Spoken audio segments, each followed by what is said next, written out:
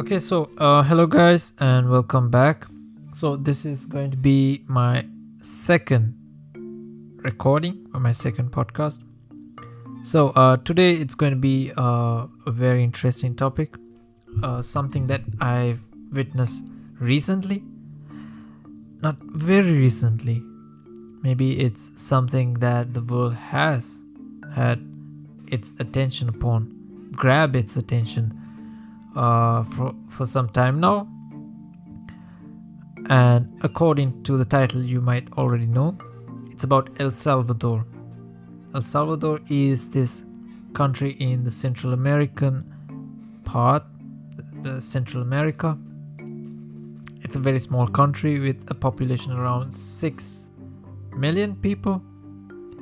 And if I give you a brief history about this country, it was one of those countries which was plagued by drugs, violence, gangs, cartels, and whatnot. The government, which is really bad, plagued with really bad politics, big players who control the country, territorial violence, and everything that's bad, and thus called the murder capital of the world, where it had so much high rates of murder per 1,000 inhabitants. It was worse than some of the countries that was experiencing internal civil wars. So it's that bad.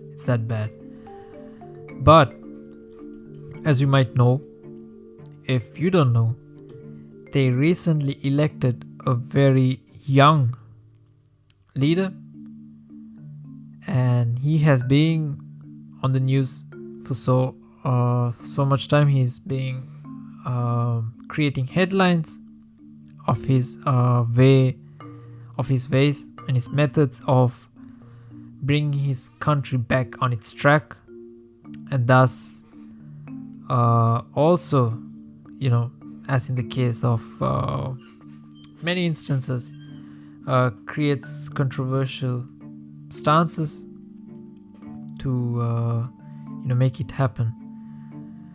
So his name, I think his name was, gosh, I forgot his name. Let me check. Bukele. Yeah, I remember his second name. Nayib Bukele. I hope I spelled it correct. Yes, Nayib Bukele. So he is now crowned as the most coolest dictator in the world, and he has been famous for being the most likable leader according to the stats of preference of his people, the Salvadorian people, with his presidency as a leader for the country.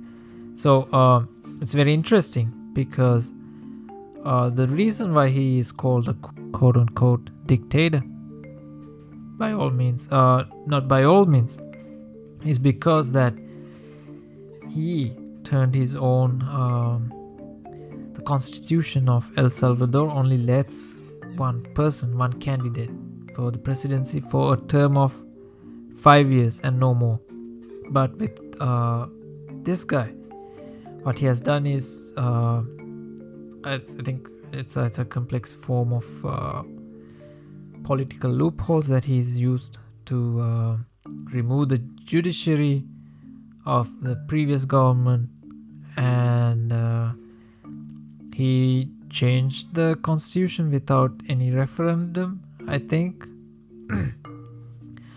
So what he has done best, I think I'm with this guy on this one. His argument, the way he reduced the crime rate in his country is he brought about these laws and the state of emergency in El Salvador, where he went on rampages. If you see the volume and the sheer number of prisoners that they have in their footage, it's crazy. And I think it's wild. 70,000 gang members, these violent members. Like if you see the photos of these violent members, they're almost satanic. Like he says, they're satanic. They have tattoos, they're violent. I'm not saying that having tattoos is corresponding to violence, but if you see them, like actual photos, actual footage, you see a pattern. You see a pattern of very dehumanized manner. So what he did was he got rid of all of that within a matter of few months. I think it's a year. So but the bad side of it, as the other side of the world thinks, is that it puts him in a place of responsibility for mass imprisonment. But his opinion or his argument to this is, yes, okay, I did some mass arrests. I arrested 70,000 gang members who were destroying my country, because that's my problem. That was the reality of my country, and that's not your reality. So if the Western world says, Western media, Western world, Western politics, they say no, it's wrong, you can't do mass detentions, mass imprisonment. That's for your country. I think I agree with him on that, because you can't just use the judiciary process, the due process of justice, if your situation is as bad as El Salvador. So that's his argument against non-governmental organizations and human rights organizations have put upon him. So his argument was for his country to go to the next level, or be at least on par with countries that are developing. He needed to first make the country peaceful. There's no other way. He needed to make the country have better opportunities for children to have education, people to do business without being feared or being scared, to walk in the streets, have recreational time, have time with family without being feared. Without having fear of being murdered somewhere, without having the fear of being robbed. So I think it's very important what he said, and so he actually did it, and according to his word, his country is now the most safest country in the Western Hemisphere. We're talking, this dude is very charismatic. First of all, he doesn't wear suits. He just wears polo t-shirts and just trousers to his election campaigns, and he himself had a hard time with his candidacy. As you may know, if you do not know, El Salvador was really crazy, batshit crazy with their political instability, and he had to fight his way through.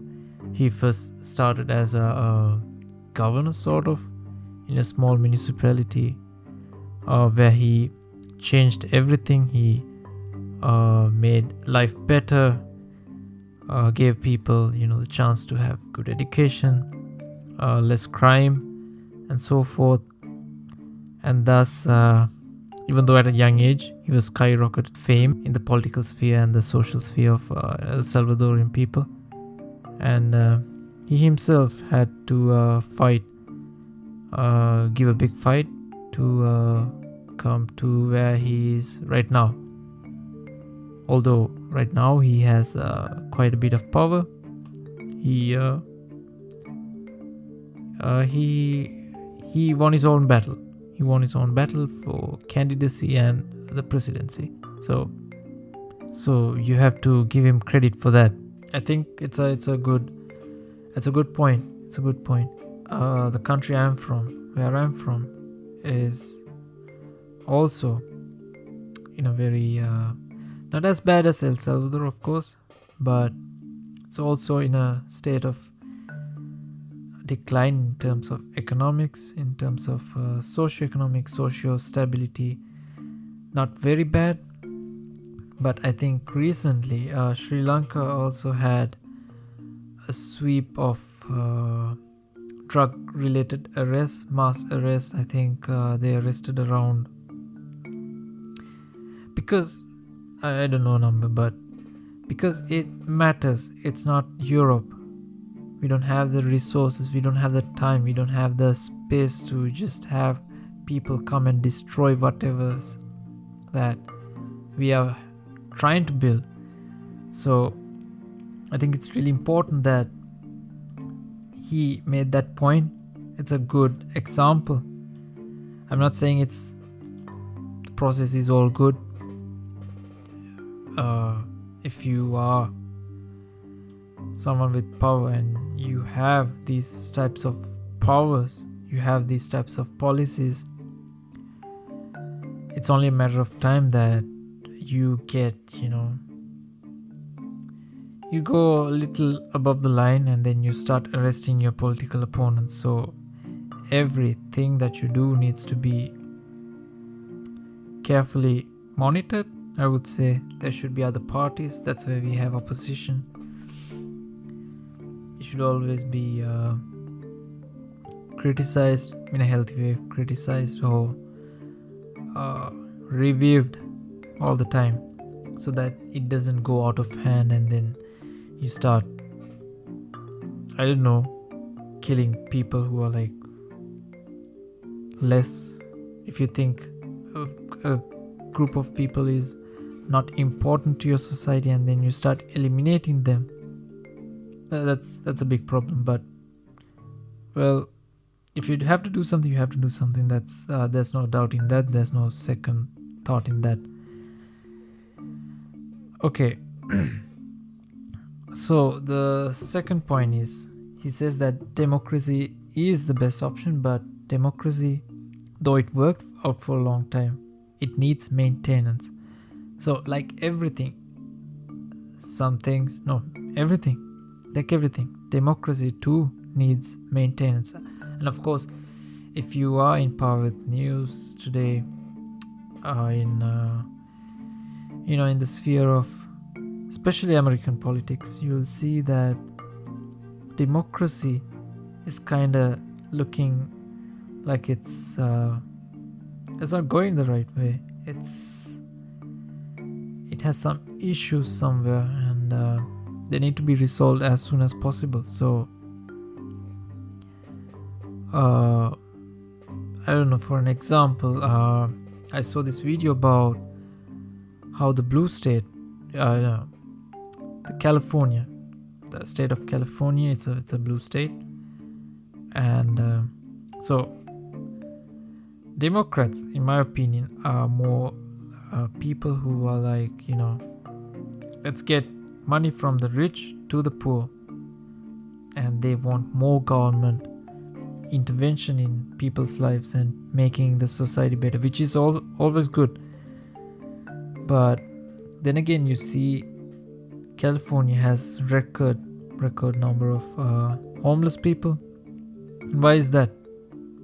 That the bluest, the most democratic state in the United States, but still you have more homeless people per capita. And when you see that, you'll see it's not that they can't solve it. California in itself has a bigger GDP than the whole of France. Just imagine, one country, and France is no small deal. France is a huge ass country, and state of California is richer than France. They can simply just solve the the crisis of homeless people. But if you really look into California has a good real estate market and a good land value. So these Democrats, these people who have money and have real estate, they always vote to not build shelters and cheap housing, good housing for these people who, of course, can afford some sort of alternative, some sort of